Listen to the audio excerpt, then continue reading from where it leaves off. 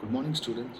Welcome once again for the second class of the subject Company Law and Secretarial Practice prescribed for second semester BCom Karnataka University. I am Arugya Swami, as you already know.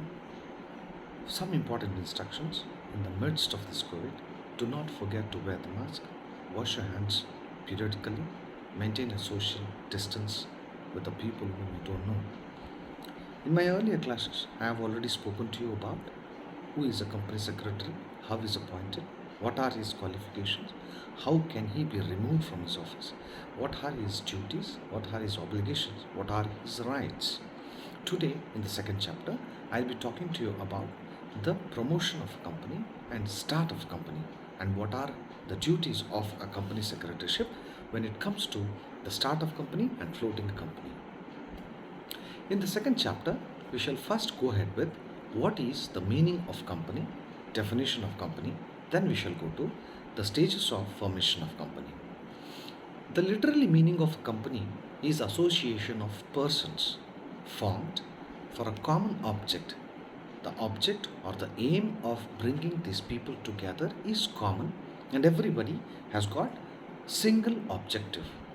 A company is a voluntary association of persons recognized by the law, having a distinctive name, common seal, formed to carry on business for profit, with a capital divisible into transferable shares, limited liability, a corporate body, and perpetual succession.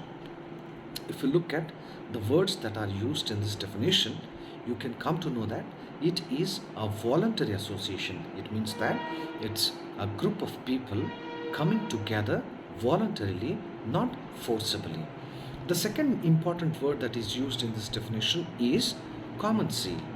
When they come as group, they lose their individual identity, become the part of the company, and they work under a common seal. The third word that is used in this definition is to carry on a business. The main objective of coming of these people together is to start a business to earn the profit.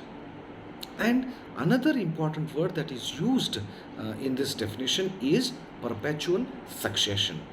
The word perpetual succession means the coming of people together for a objective of running of a business is not for a particular period of time or maybe 1 year or 2 year, but the objective of coming together and starting a company is to have the company forever. One author or one expert in the field of company law and secretarial practice very clearly tells that I come, I go, but company remains. And he also says that for men may come, men may go, but I go on forever, the company says. So you'll come to know when you understand this, company is group of people coming together voluntarily, has an objective of conducting a business, sharing the profits and losses, and their objective is to run the business for a longer period of time without any end. Coming to the some of the important definitions which are given by the experts in the field of companies, there is one person called as Mr. James, who is a justice. He says, a company is an association of persons united for a common objective. So he focuses on it's a group of people united for common objective. The people who come together have got the objective which is common in nature. It means that all the people who come together will have a single, uniform, and similar objective, and nobody in the group or called as a company will have his own objective, but he will have the objective what the objective other person has.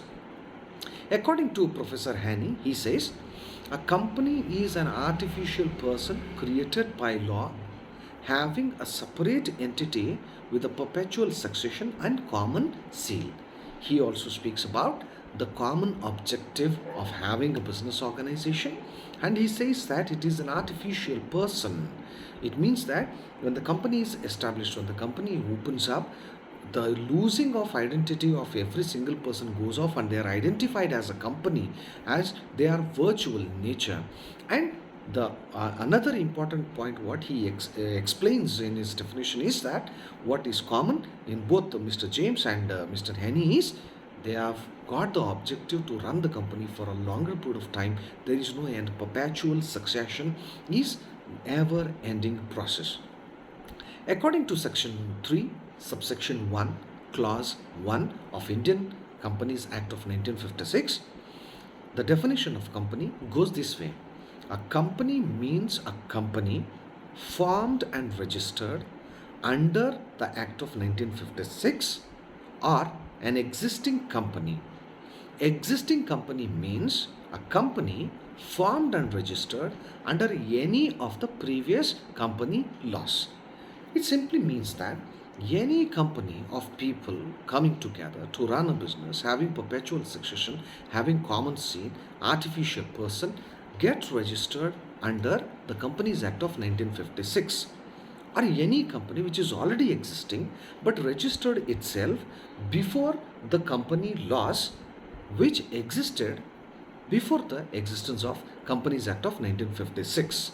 So it means that any company which was registered earlier, now it is registered under Companies Act of 1956 according to the section 3 subsection 1 clause 1 of Indian Companies Act is called as company.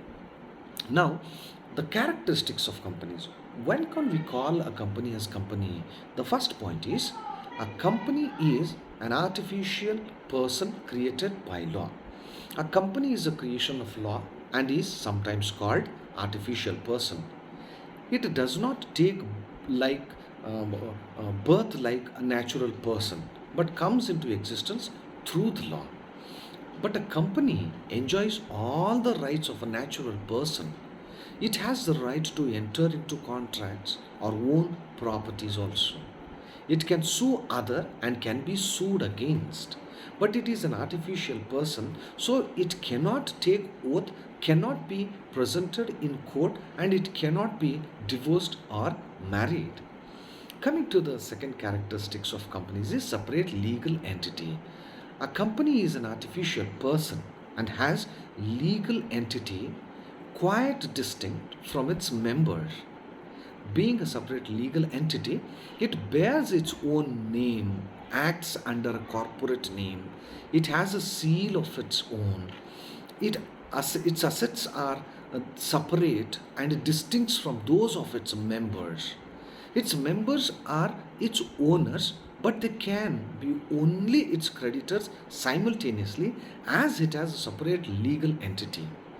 A shareholder cannot be held liable for the act of the company even if he holds virtually the entire share capitally. The shareholder are not agents of the company, and also they cannot bind by by the act of themselves to the company. So that is why company has got a separate legal entity and the members of the company are different. The third character is that perpetual succession.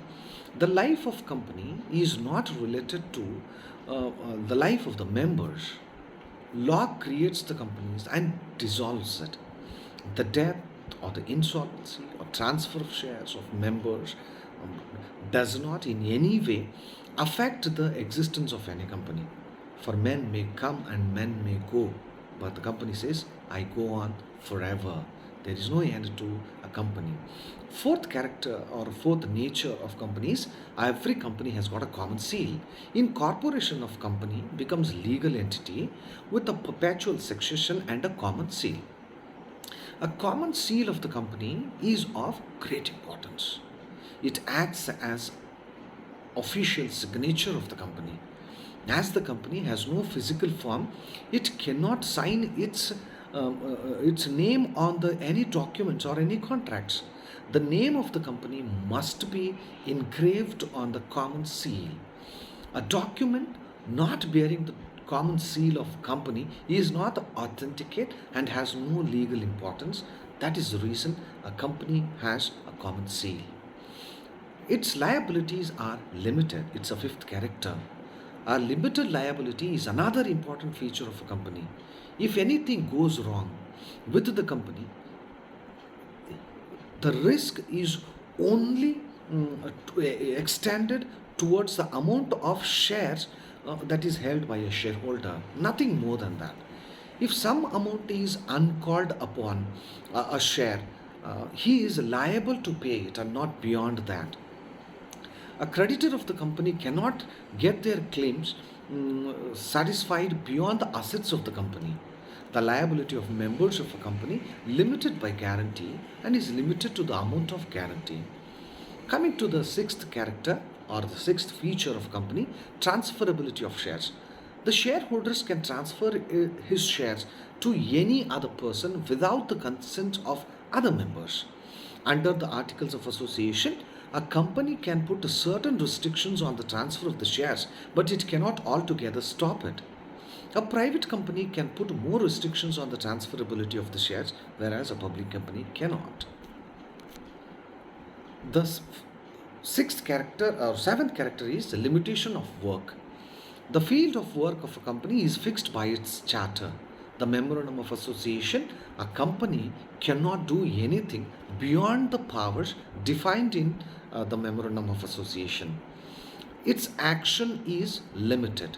In order to do the work beyond the memorandum of association, there needs an alteration for the memorandum of association of the company. So that is why the company's activities or the work is limited only to the extent of the work that is mentioned in the memorandum of association. Coming to the eighth character, voluntary association for profit. A company is a voluntary association of persons to earn the profit. It is formed for accomplishment of some public good or whatsoever the profit is divided among its shareholder. A company cannot be formed to carry on activity against the public policy and having no profit motive. A company should have profit motive. The ninth character is that a company having a representative management. A shareholder of the company are widely scattered, they are spread throughout the country or maybe anywhere or any part of the world. It is not possible for all the shareholders to take part in the management. They leave their tasks to the representatives of the board of directors, and the company is managed by board of directors, need not be necessarily all the time the shareholders. And the 10th important characteristic of the company is termination of existence. A company is created by law and carries its activities on its affairs according to the law and ultimately is affected by the law. Generally, the existence of company is limited by means of winding up. So now we studied about the characteristics, features of company.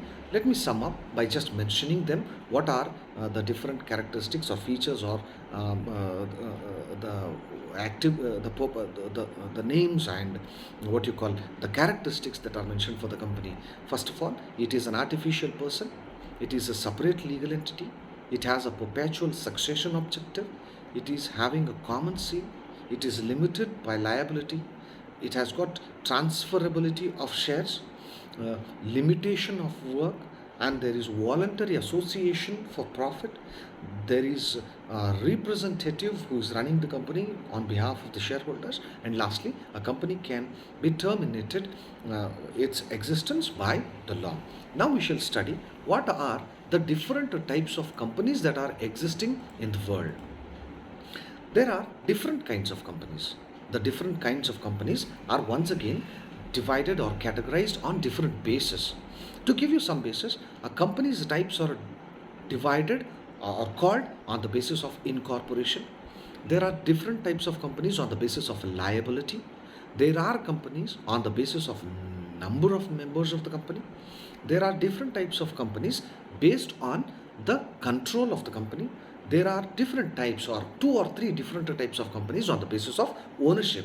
Now we shall study about the basis of incorporation and what are the different types of companies under the base incorporation.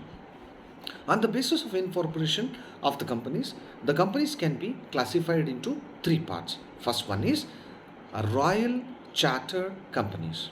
A chartered company is created by the charter or a special sanction granted by the head of the state, giving a certain exclusive privileges, rights, and powers to a distinct body of persons for undertaking commercial activities in a specified geographical area. In this category, there is another what you call a characteristic or another type of company called as statutory company.